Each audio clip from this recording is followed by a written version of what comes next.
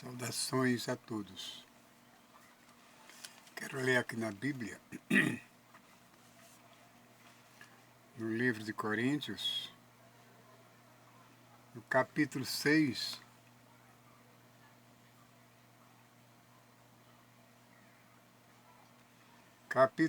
versículo 9. Começar do versículo 9.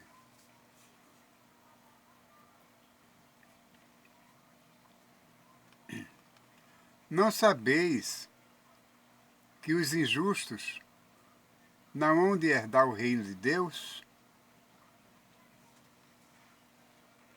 Não erreis, nem os devassos, nem os idólatras, nem os adúlteros, nem os efeminados, nem os sodomitas, nem os ladrões, nem os avarentos, nem os bêbados, nem os maldizentes, nem os roubadores herdarão o reino de Deus. E é o que alguns têm sido. Mas haveis sido lavados. Alguns têm sido, mas já haveis sido lavados. Mas haveis sido santificados.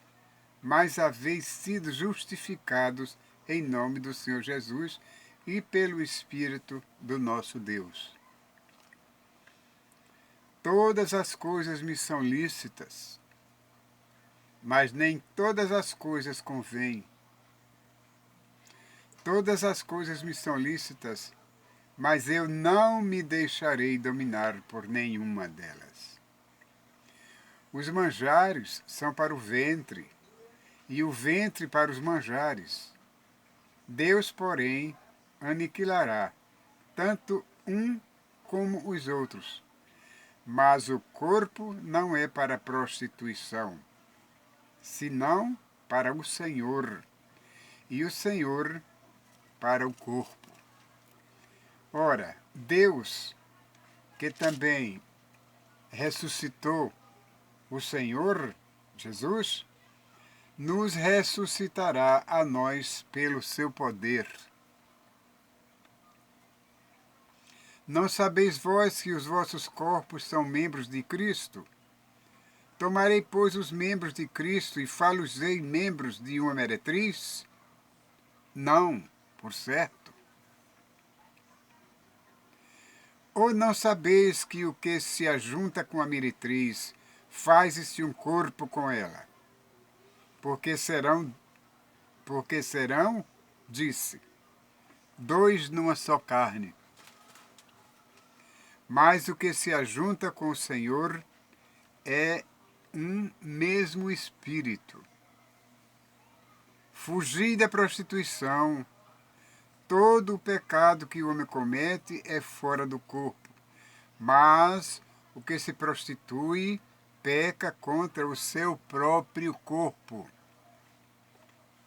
Ou não sabeis que o vosso corpo é o templo do Espírito Santo, que habita em vós, proveniente de Deus, e que não sois de vós mesmos? Porque fostes comprados por bom preço. Glorificai, pois, a Deus no vosso corpo e no vosso espírito, os quais pertencem a Deus. Ora, quanto às coisas que me escrevestes, bom seria que o homem não tocasse em mulher.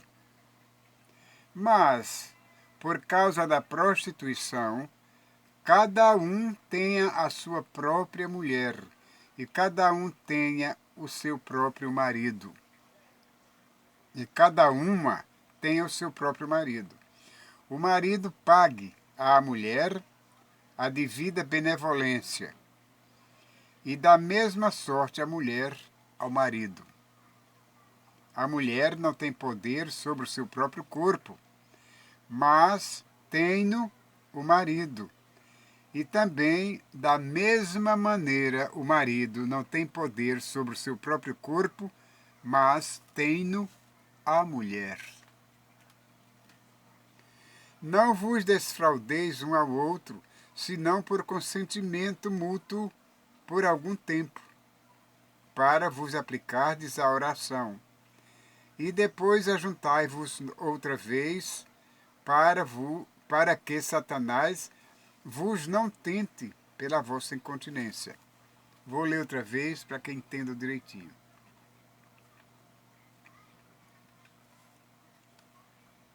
Não vos desfraudeis um ao outro, senão por consentimento mútuo, por algum tempo, para vos aplicardes à oração. E depois ajuntai-vos outra vez, para que Satanás vos não tente pela vossa incontinência.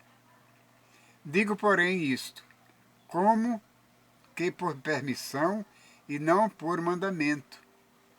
Por que quereria que todos os homens fossem como eu mesmo sou? Mas cada um tem de Deus o seu próprio dom. Um de uma maneira e outro de outra. Digo, porém, aos solteiros e às viúvas que lhes é bom se ficarem como eu. Mas, se não podem conter-se, casem-se. Se não podem conter-se, casem-se, porque é melhor casar do que abrasar-se. Todavia, aos casados, mando, não eu, diz Paulo, mas o Senhor, que a mulher se não aparte do marido. Se, porém, se apartar, que fique sem casar-se, ou que se reconcilie com seu marido, e que o marido não deixe a mulher. Mas aos outros digo eu, não o Senhor. Digo eu, não o Senhor. Se algum irmão tem mulher descrente e ela consente em habitar com ele, não a deixe. E se alguma mulher tem marido descrente e ele consente em habitar com ela, não o deixe. Porque o marido descrente é santificado pela mulher, e a mulher descrente é santificada pelo marido. De outra sorte, os vossos filhos seriam imundos, mas agora são santos. Mas, se o descrente se apartar, aparte-se, porque neste caso o irmão ou a irmã não está sujeito à servidão, mas Deus chamou-nos para a paz. Porque donde sabes, ó mulher, se salvarás teu marido? Porque donde sabes, ó mulher, se salvarás teu marido? Ou donde sabes, ó marido, se salvarás tua mulher? E assim cada um ande como Deus lhe repartiu. Cada um como o Senhor chamou. É o que eu ordeno em todas as igrejas. É alguém chamado estando circuncidado? Fique circuncidado. É alguém chamado estando incircuncidado? Não se circuncide. A circuncisão é nada, e a incircuncisão nada é, mas sim a observância dos mandamentos de Deus. Cada um fique na vocação que foi chamado. Cada um fique na vocação que foi chamado. Foste chamado sendo servo? Não te dê cuidado. E se ainda pode ser livre, aproveita a ocasião. Porque o que é chamado pelo Senhor, sendo servo, é liberto do Senhor. E da mesma maneira também o que é chamado sendo livre. Servo é de Cristo. Fostes comprados por bom preço, não vos façais servos dos homens. Fostes comprados por bom preço, não vos façais servos dos homens. Irmãos, cada um fique diante de Deus no estado em que foi chamado. Que maravilha! Irmãos, cada um fique diante de Deus no estado em que foi chamado, diz Paulo. Ora, quanto às virgens, não tenho mandamento do Senhor. Dou, porém, o meu parecer, como quem tem alcançado misericórdia do Senhor para ser fiel. Tenho, pois, por bom, por causa da instante necessidade, que é bom para o homem o estar assim. Estar ligado à mulher? Não busques separar-te. Estar livre de mulher? Não busques mulher. Mas, se te casares, não pecas. E se a virgem se casar, não peca. Todavia, os tais terão tribulações na carne, e eu quereria poupar-vos. Isto, porém, vos digo, irmãos, que o tempo se abrevia. O que resta é que também os que têm mulheres sejam como se as não tivessem. E os que choram, como se não chorassem. E os que folgam, como se não folgassem. E os que compram, como se não comprassem. E os que usam deste mundo, como se dele não abusassem. Porque as aparências deste mundo passam. Irmãos, quão sábios foram os conselhos de Paulo. Paulo, que foi chamado urgentemente àquela região de Corinto, para aquela igreja, onde os ânimos não iam nada agradáveis, não estava nada agradando uns aos outros. Havia dissensão, havia discórdia, havia prostituição, havia uma série de coisas desagradáveis acontecendo entre os irmãos e quase nenhum deles se entendia mais. Foi preciso que, não sei exatamente quem mandou chamar Paulo para dar uma palavra àquele povo que não estava se entendendo, porque cada um queria ser mais sábio do que o outro, cada um achava que devia seguir o caminho sem pedir opinião, de qualquer modo, a seu modo, da sua maneira.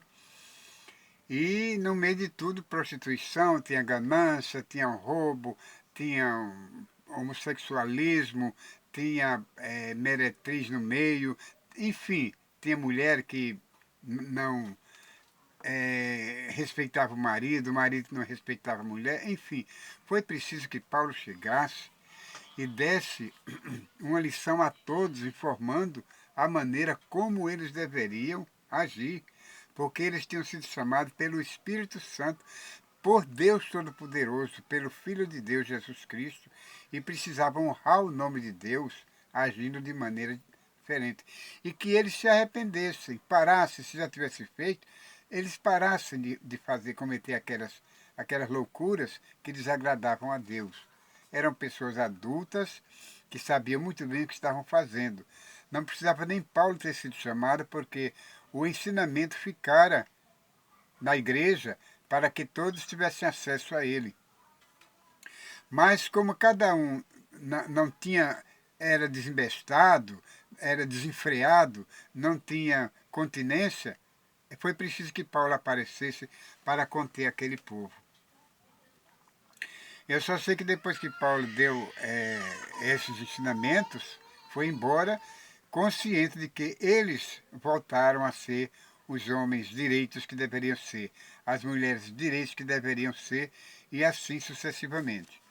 São muitos os ensinamentos de Paulo, e aqui eu termino o meu, porque também eu preciso dos ensinamentos do Paulo da Bíblia Sagrada. Que Deus te abençoe e te guarde, hoje, amanhã e sempre. Dê um like se gostou.